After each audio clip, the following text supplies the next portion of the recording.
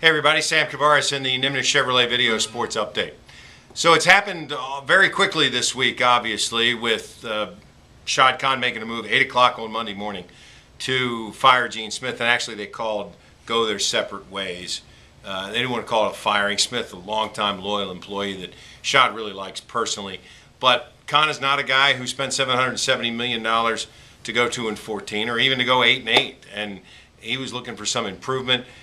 He did keep Gene Smith kind of as a courtesy to Wayne Weaver, and Smith seemed to be the right guy for the job and hired Mike Mularkey, but a lot of things didn't go his way. And as silly as it sounds, with all the time and the money that's put into it, there's a lot of luck involved. Guys that fall to you that you really like or they don't.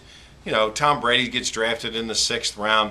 A guy like Ben Roethlisberger falls to the Steelers. You know, those are the kind of things that work for teams and make teams happen. In fact, I can tell you about Roethlisberger. Gene Smith really liked him a lot when he scouted him, and of course Smith is a scout at heart and has been the chief scout for the Jaguars for a while as well. Called Shaq Harris and said, you know, we need to draft this guy, and Harris said, we already have a quarterback, and that was Byron Leftwich. So yet another one of those situations where it just didn't go that way that would have seemed to have benefited the Jaguars. But between some bad decisions, some reaches obviously, some guys not playing up to their production, and certainly the injuries that have happened in the last 2 years, Shad Khan decided to make a move. What he'll do, still kind of up in the air. I mean, he's looking. He's already talked to a guy in Atlanta, a guy in San Francisco. He's probably going to talk to the guy with the Cardinals, you know, and those seem to be the top 3 candidates. He wants to get somebody who's young, who's been in an organization that has built. And think about what Atlanta has done, which is similar to what New England did, because that's where their general manager came from.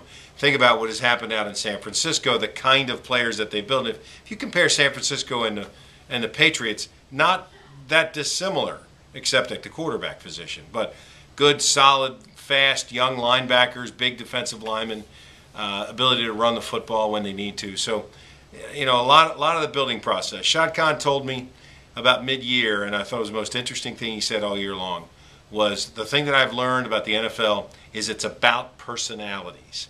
And when you get down to it, if you've got Gene Smith, who, as I said, is one of the finest men you'll ever meet, but a very kind of cool, very collected personality, and you match that with Mike Mularkey, who has the same kind of personality, Khan apparently didn't think that that was the kind of thing that would happen. Now, if the Jaguars do sign David Caldwell, who's the personnel guy for the Falcons, who seems to be the front runner, it'll be interesting to see if he keeps Mike Mularkey. As Mularkey told us at his press conference on Monday, I'm the coach of this team until somebody tells me differently. And he's gone about his job just like that. As I've said many times, he should get another chance. He should get another opportunity to run this team, and hopefully they would get some breaks, they wouldn't have the injuries, and it certainly would be nice if their best 2 players, Darryl Smith and Maurice Jones-Drew, were able to play the entire season. How bad did it go for the Jaguars, particularly the running game? MJD didn't play after October 21st.